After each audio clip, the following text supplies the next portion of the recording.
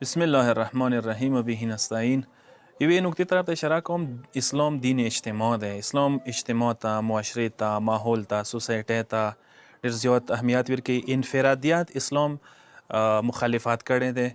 ته اسلام ټولو نه انفرادي عبادت ته سترګې وغړې، هغه کې خو د اجتماع ایښی دی. مثلا زه مثال درکوم، المونځ څه هغه ډېر انفرادي عمل دی. دی په باوجود اجتماع معاشره خدای مد نظر ساتلی دی.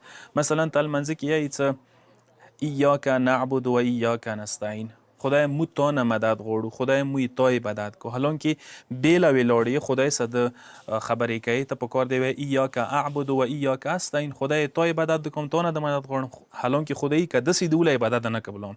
ټوله معاشره مد نظر وساته، ټول خلق مد نظر وساته، وایي څه مو عبادت کوو، مو مدد غواړو تا نه.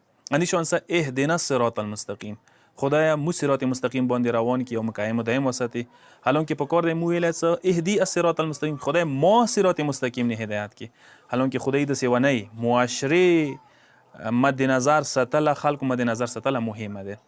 یا اندې شان سره ما و تاسو څه کله سلام څرخه هغه کې اندایو السلام علینا وعلی عباد الله الصالحین، خدایا مو ټولو باندې سلامتی وي. حالانکه ته په کار دی ویلی دی السلام علیه، خدای ما نه سلامتی وي.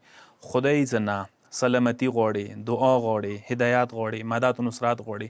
ټول خلق مد نظر وساته. کسه اسلام ډیر زیات معاشرې ته، خلکو ته، ماحول ته، سوسایټۍ ته، کلی وطن ته، وطندارو ته، رشته دارو ته دغه شاید اهمیت قایل دی. ځنه وخت کې مو انفرادیت طرف ته نه وځو، هیچا خیال ورسره نه وي، صرف اور صرف انانیت، نفس پرستی، انسان مکمل هر شی ګټه مفاد ځان کې کسي نه. په کار دی چې ما تاسو خیرخواو، کوم کس خیرخواوي، کوم کس چې نور چا غم و سوچ و فکر وي، پروردگار عالم باندې هغه کس ګران هم وي، هغه کس عمله خدای قبلوي، عبادت یا قبلوي.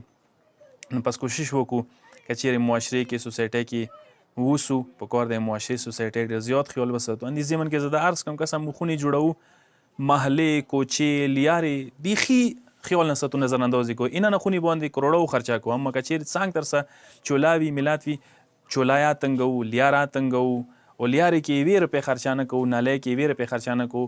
حالانکه هغه شیو ذریعې څخه خلکو ته تکلیف رسیږي، او که جوړې کو خرچه په کو خلکو ته سهولت جوړیږي.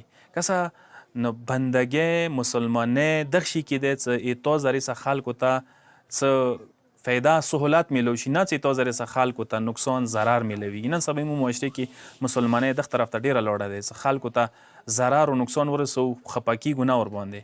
په کار دی انسان خفه شي، خلکو ته فایده سهولت جوړ کا. ایتا دین، ایتا مذهب، ایتا اسلام، ایتا پیغمبر ټول نه زیات نصیحت و وصیت اندغې خبرې کړی چې خلکو خیال، معاشرې خیال، همسایګۍ خیال، کلی وطن خیال دا ډیر وساته که چیرې غواړي چې مسلمان پاتې شي. والسلام علیکم ورحمت الله وبرکاته.